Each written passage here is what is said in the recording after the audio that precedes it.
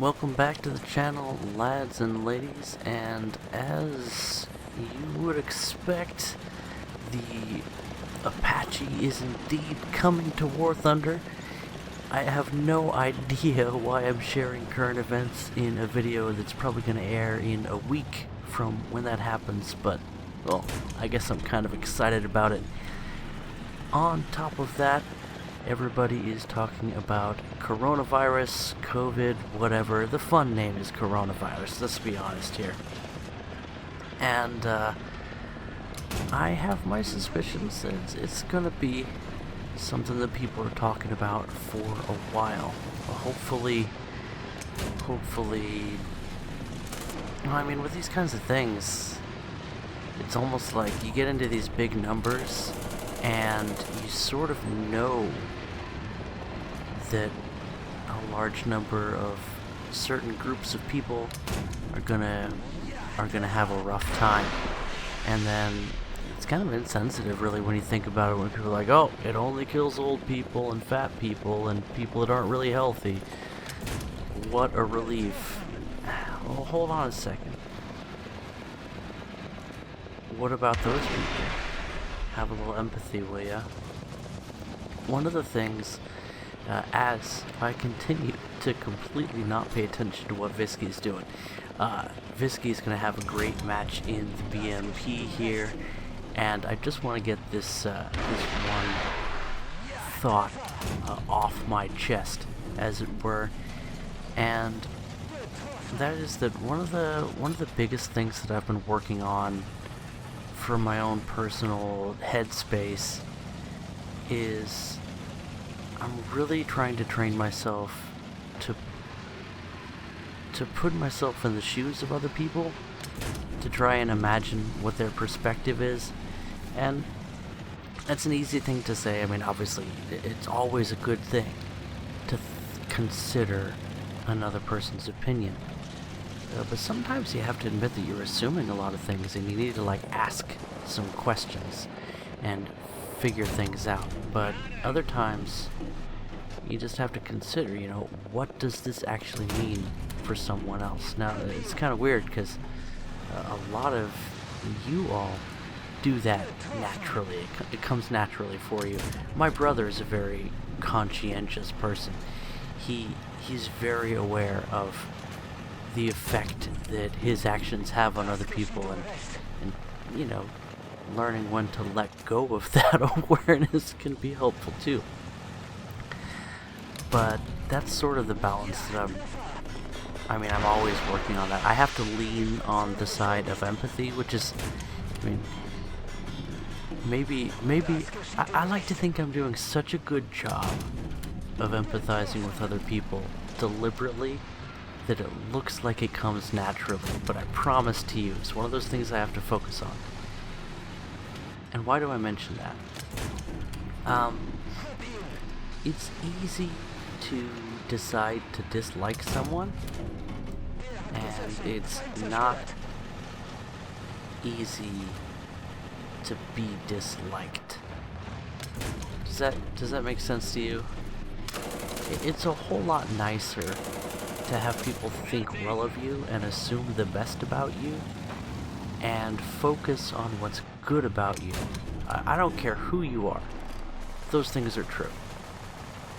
Life is always easier if people give you the most credit possible.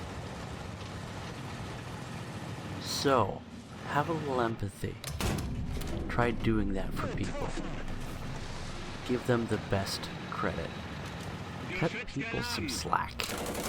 And I am thinking of something specific that has nothing to do with me personally, that just brought that idea up, but I'm not going to bring that up because I'm already tired of people talking about it, frankly. But in any event, it's time to get back to the action. The 1-2 punch of the BMP with its lower velocity heat FS round, almost a grenade, anti-tank grenade if you will, and it's very capable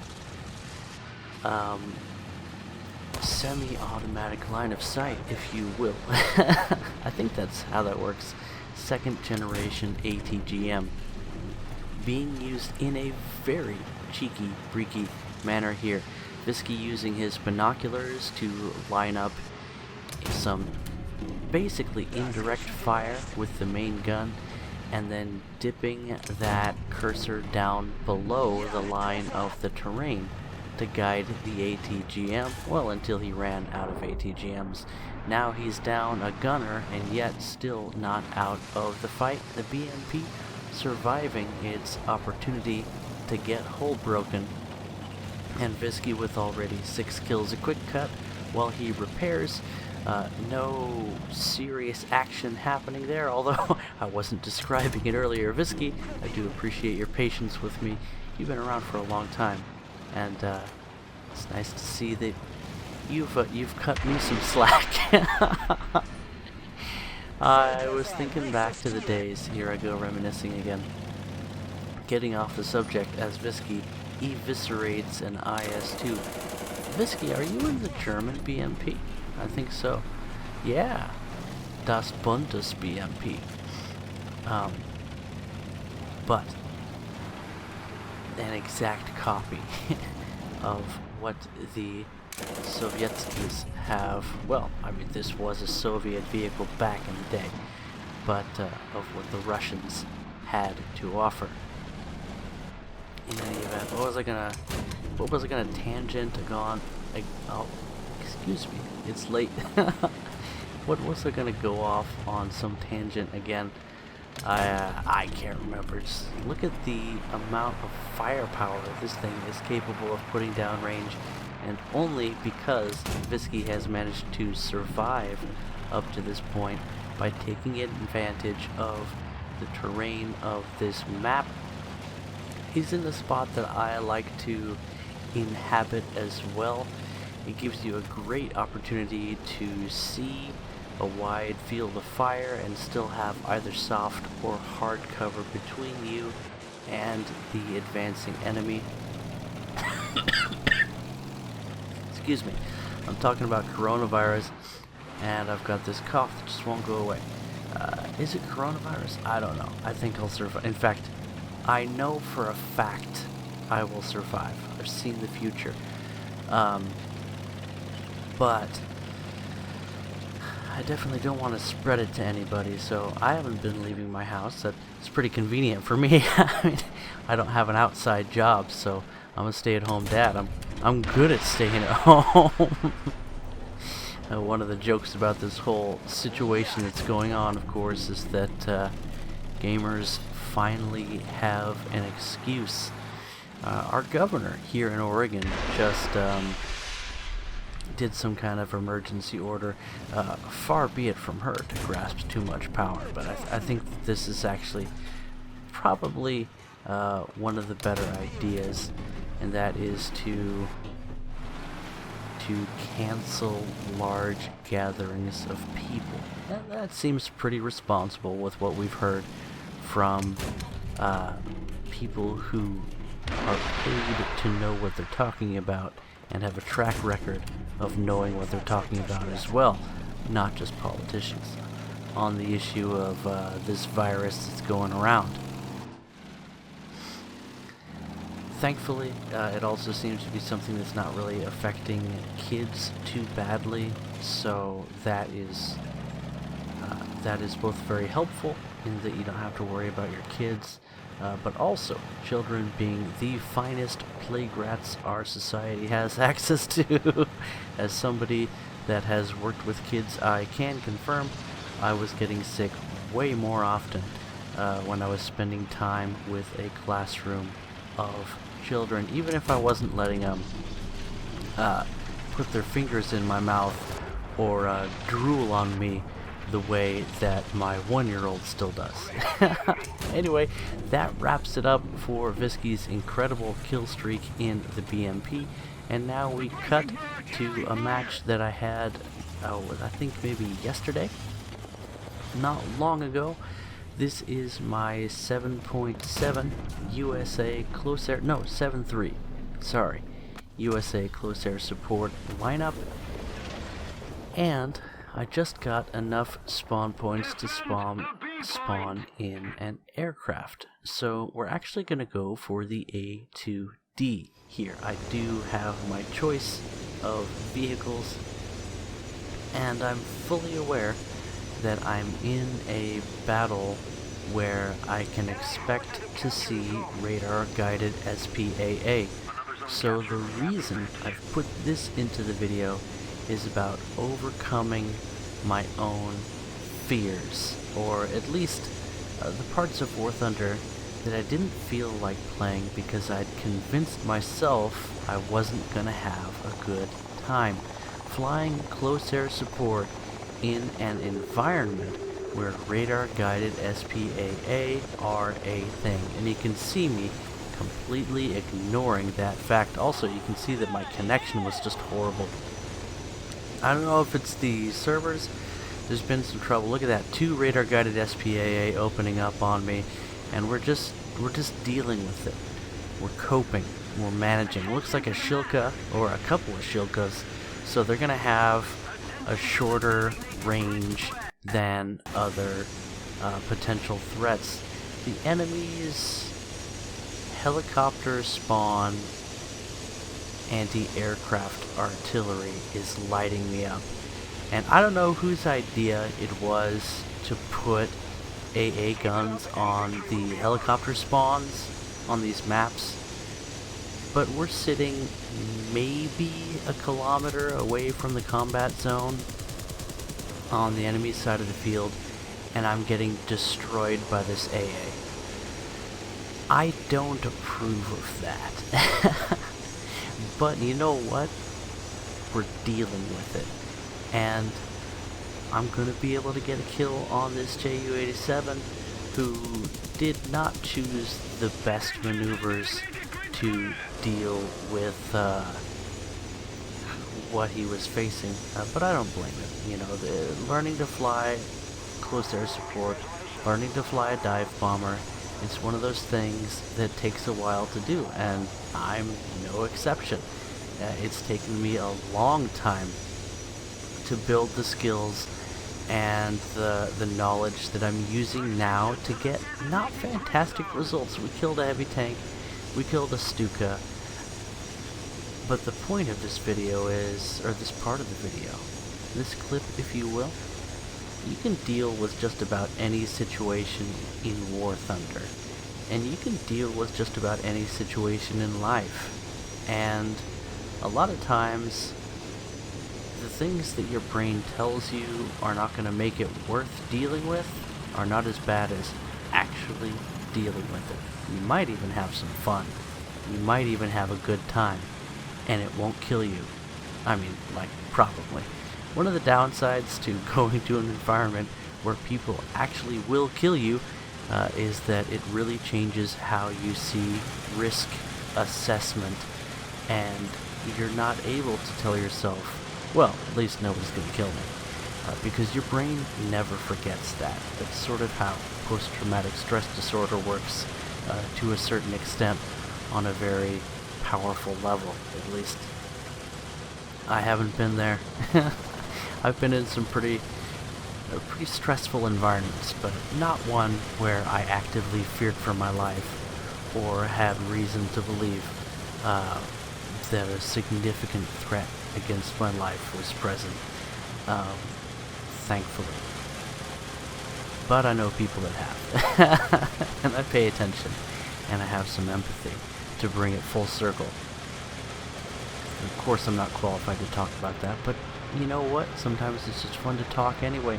We have the nice custom site on the, what's this called? The Panzerwerfer. It werfs Panzers. And this is Qwerty's, a friend of the channel for sure. Someone I see often interacting on Discord, and even though he changes his name a few times, as you kids do these days, I'm starting to remember which name he has right now. In any event, this is the Panzerwerfer.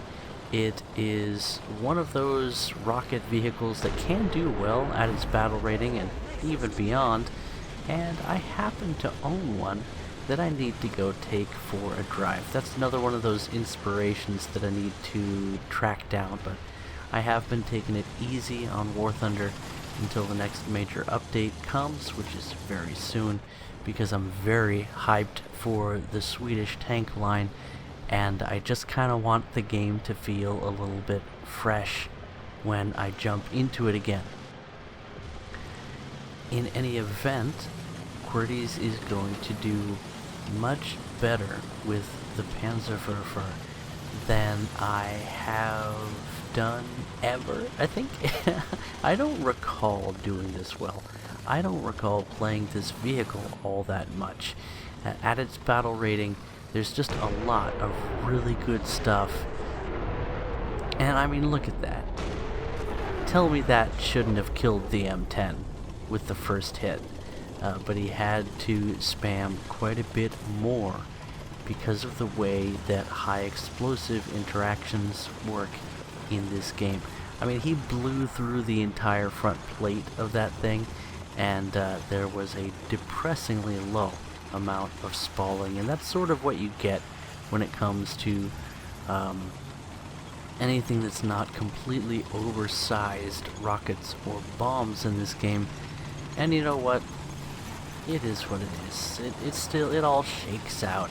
It's just that high explosive doesn't quite have as much punch as I feel like it should have in this game.